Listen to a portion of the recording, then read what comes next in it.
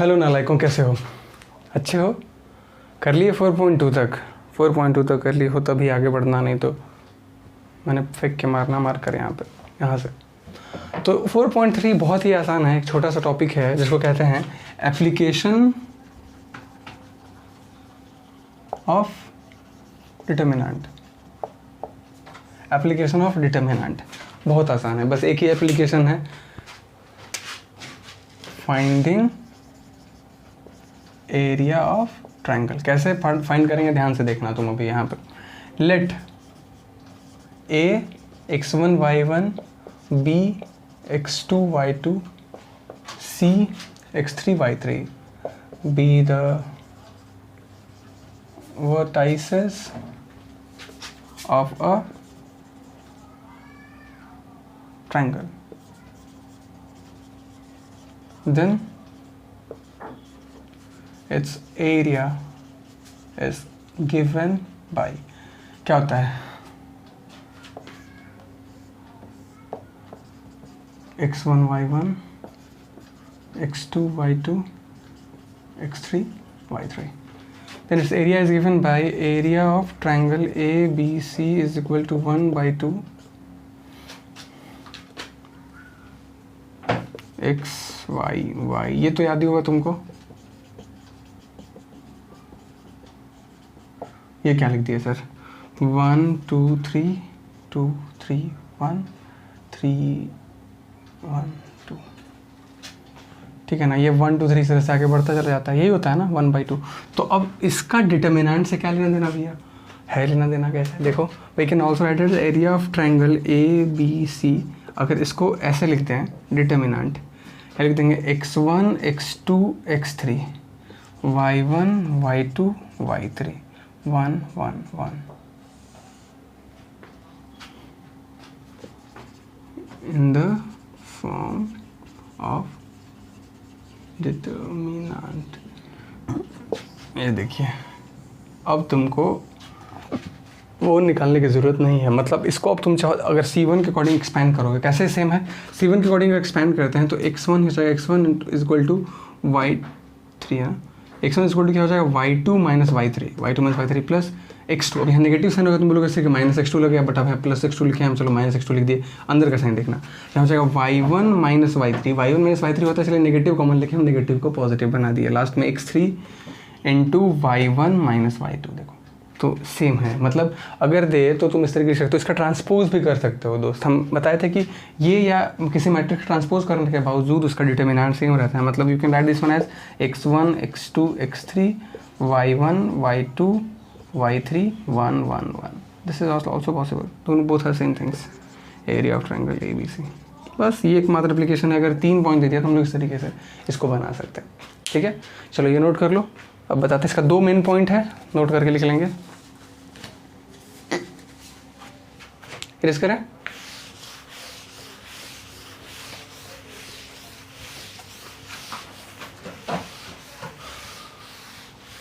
पहला, चूँकि डिटर्मिनेंट में तो नेगेटिव वैल्यू भी आ सकता है, इसलिए यहाँ लिख देंगे पहला नोट मार के लिखो, we take absolute value from determinant.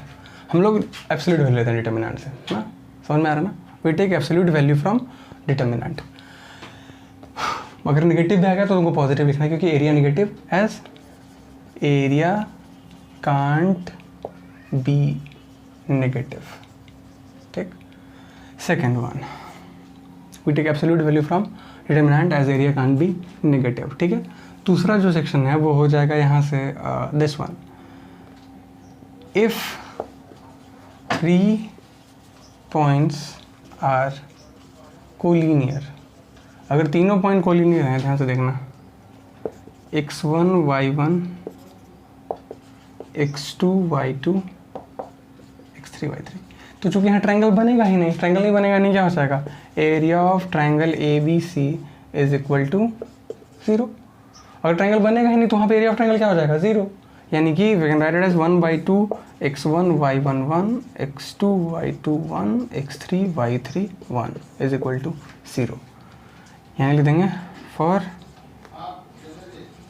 Condition of collinearity x1 y1 1 x2 y2 1 x3 y3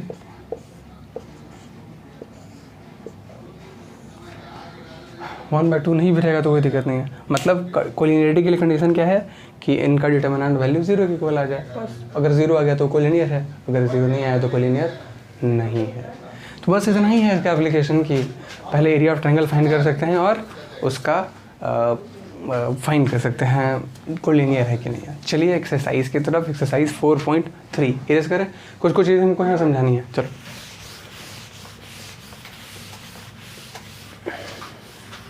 बहुत आराम से बन जाएगा 4.3।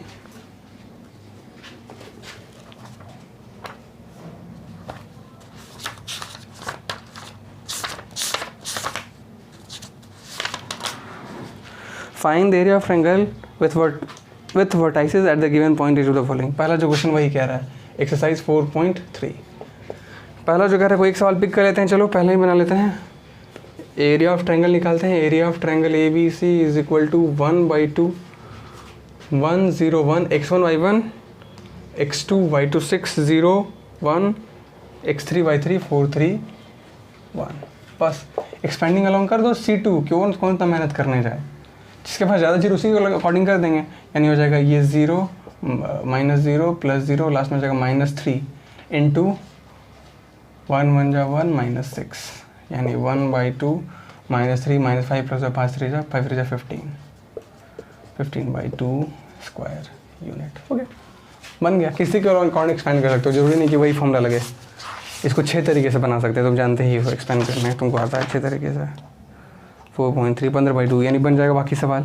अच्छा बन गया पहला, दूसरा तीसरा तीनों बना लेना इसी तरह से एक्सपेंड करके। अलग अलग रो अलग अलग कॉलम से करना, जरूरी नहीं कि R1 से ही हो, जरूरी नहीं कि R2 से हो, जरूरी नहीं कि R3 से, जो मन सो कर दो। So that the points are collinear. अगला क्वेश्चन जो है A B + C जो भी दिया हुआ है, इनको प्रूव करना है कि ये कोलिनियर है। तुमको क्या करना है कि you better know what you going to do. तुम इसको अच्छा यहाँ पे ध्यान से देखना, 0 प्रूव करना है। अब अगला जो सवाल है दूसरा नंबर, इसको एक्सपेंड करने में हालत ख़राब हो जाएगा। For collinearity what you have, area of triangle ABC is equal to 0। बताया था क्या होगा, यहाँ हो जाएगा A B + C 1 B C + A 1 C A + B 1 is equal to 0 proof करना है। इसको ऐसे या तो एक्सपेंड करके बना लो, वो भी सही है, और नहीं तो तुम प्रॉपर्टी से ही बना सकते हो। यहाँ लिख दोगे C1 tends to C1 + C2, और ऐसा कर दोगे तो ये कितना हो जाएगा, ये हो जाएगा A, यहाँ पे हो जाएगा A + B + C, यहाँ हो जाएगा A + B + C, यहाँ हो जाएगा A + B + C, यहाँ हो जाएगा B + C C + A + B 1 1 1 is equal to 0। तुम डायरेक्टली एक्सपेंड भी करोगे तो भी बन जाएगा, हम कह नहीं रहेंगे वो गलत है, उससे भी बच जाएगा, कैंसिल आउट होकर 0 ही आएगा। बट अगर ऐसा मन कर रहा है तो कर लो, taking A + B + C common.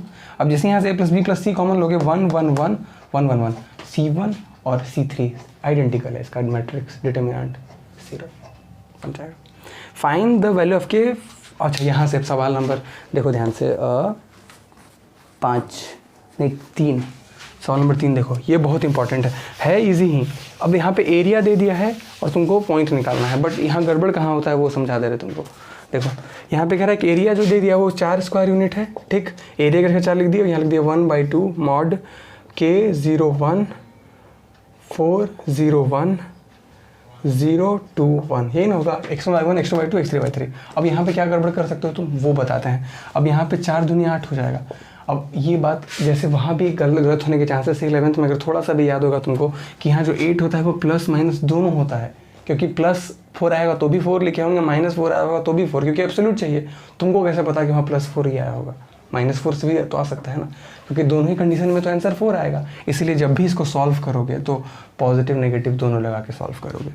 यानी यहाँ फिर वही करते हैं, एक्सपेंडिंग अलॉन्ग C3 यानी हो जाएगा -0 + 0 -2 इंटू K1 जाके -4, यानी इट विल गिव, ये तो खत्म हो जाएगा -2K + 8, ये इधर हो जाएगा। अब यहाँ से +-8 है, एक बार प्लस लेना एक बार माइनस लेना। अगर +8 लोगे तो 8 = -2K + 8, यानी 8 - 8 0 हो जाएगा, यानी K = 0, और एक वैल्यू हो जाएगा -2K = 8। अगर हम नेगेटिव 8 -8 लेते हो, -8 = -2K + 8, यानी 2k इज इक्वल टू 8 दूनी 16, k इज इक्वल टू 8। एक वैल्यू 0 भी सही है इसमें, एक वैल्यू 0 भी सही है और एक वैल्यू 0 सही है और एक वैल्यू 8, दोनों सही। देखो 2 आंसर, इसलिए 2 आंसर दिया हुआ है, इसलिए 2 आंसर आएगा। क्यों? क्योंकि एक बार पॉजिटिव लेते हैं, एक बार नेगेटिव लेते हैं। ठीक है। अब अच्छा अगला सवाल कह रहा है find the equation of the line joining using determinant. ये भी बड़ा आसान है, देखो लहजा बदल दिया बोलने का ना, देखो बोलने का बस लहजा बदला है, पॉइंट सेम है। Find the equation of the line joining. Equation लिखने के लिए तुमको वो तो आता है, नहीं आता होगा, जान रहे हैं, डूब मारो कम वक्त हो नालायकों। यहाँ लिख दिए a x, y, एक इक्वेशन लिखने चाहिए ना, b लिख दिए 1, 2 और c लिख दिए 3, 6। लीजिए अब तुमको क्या लिखना है कि इन दोनों से पास कर रहा है एक point x, let a x, y भी देनी point from which the line is passing. तो area of triangle A B C is equal to 0। क्योंकि ये कोलिनियर होगा। अब यहाँ से हो जाएगा x y 1 1 2 1 3 6 1 is equal to 0। कहीं से एक्सपेंड करता है लीनियर इक्वेशन, एक इक्वेशन बन जाएगा। एक्सपांडिंग वाला हम कर दो यहाँ से, तो यहाँ हो जाएगा एक्सपेंडिंग वाला क्या हो जाएगा x 2 × 2 -6 plus y 1 - 3 plus 1 6 - 6 is equal to 0। यहाँ हो जाएगा -4x plus 2y plus 0 is equal to 0, यानी कि 4x या -4x is equal to 2y या 2x is equal to y, 2x is equal to y बन गया इक्वेशन। आसान है, इक्वेशन इस तरह से फाइंड करना है। एक पॉइंट ले लिए x, y, अगर 3 पॉइंट कोलिनियर है तो उसका एरिया क्या होता है 0। तो मान ली कि जो तीसरा पॉइंट है x, y, तभी तो इक्वेशन निकलता है किसी स्ट्रेट लाइन का। ये पॉइंट कहीं भी हो, तुम्हारी मर्जी, कहीं रख लो, x से y इक्वल टू 2x। ठीक है, सही है। इस तरह से दूसरा सवाल बन जाएगा, कह रहा है कि if the area of triangle is 35 square unit और इतना दिया हुआ, then find the value of k। एकदम सवाल नंबर 3 के जैसा ही है। तो यहाँ पे खत्म हो गया। अभी एक्सरसाइज 4.3 हुआ, बट 4.4 भी बन जाएगा तुमसे ना। देखो पहला right the minor and the cofactors हम तुमको पढ़ा चुके हैं, पहला, दूसरा, तीसरा, चौथा, पांचवा सारा बन जाएगा। एक्सरसाइज 4.4 भी यहाँ से खत्म करके आना है तुमको, समझ आ रहा है। 4.4 क्योंकि माइनर एंड कोफैक्टर पढ़ाना है ना, माइनर एंड कोफैक्टर पढ़ा चुके हैं तुमको हम पहले ही एक्सरसाइज में। तो पहला दूसरा दोनों का माइनर एंड कोफैक्टर निकाल देना, हम बता चुके हैं। अगर नहीं देखे हो तो पहला लेक्चर देख लो, जब हम डिटर्मिनेंट का पहला लेक्चर करा रहे थे वहीं पे माइनर एंड कोफैक्टर क्लियर करा दिए थे। तो माइनर एंड कोफैक्टर वाला पहला दूसरा दोनों सवाल लेक्चर नंबर 1 नहीं है, माइनर एंड कोफैक्टर वाला फंडा। ठीक है, तो using cofactor of the second row element बना लेना, बन जाएगा। मतलब using cofactor of second element कह रहा है कि सेकंड रो के अलॉन्ग एक्सपेंड करने के लिए। अच्छा चौथा नंबर सवाल देखो, ये आंसर नहीं आएगा। चौथा नंबर जो दिया हुआ है, बुक निकालो 4.4, ये जो 1xyz 1yzx और 1zxy दिया है, ये सारे वेरिएबल के टर्म्स में। तो तुमको इसमें ऑपरेशंस यूज़ करना पड़ेगा R1 टेंड्स टू, क्योंकि डायरेक्टली एक्सपेंड करोगे तो फैक्टराइज होगा नहीं तुमसे, इसलिए R1 टेंड्स टू R-R2 करके और फिर थर्ड कॉलम के अकॉर्डिंग एक्सपेंड कर देना। ठीक है, चलिए ये बन जाएगा। और फिर लास्ट में कह रहा है कि इफ़ a11 इज द को फैक्टर ऑफ a1j। ठीक है, तो देन वैल्यू ऑफ डिटर्मिनेंट कैसे निकलता है? वैल्यू ऑफ डिटर्मिनेंट क्या है कि the product of any all the elements of any row और column with its corresponding cofactor. मतलब a11 है तो वहाँ पे कोफैक्टर भी a11 होना चाहिए, यानी a11 a11 a12 a12, यानी ऑप्शन बी में तो a21 कर दिया है, यानी option D a11 a11 a21 a21 a31 a31 उसके कॉरेस्पॉन्डिंग कोफैक्टर्स कहते हैं। तो इस तरह से एक्सरसाइज 4.4 भी खत्म। तो 4.3 4.4 दोनों खत्म, यानी दोनों को बना के आना। ठीक है ना, मिलते हैं अगली क्लास में कुछ नई समस्याओं के साथ। आगे बहुत कुछ है, एडजॉइंट है और इन्वर्स निकालने वाला। तो ये आगे के टॉपिक में हम लोग क्या क्या करने वाले हैं। 4.5 बहुत इंपॉर्टेंट है, एडजॉइंट ऑफ मैट्रिक्स है, वहाँ इन्वर्स निकालना सीखना है।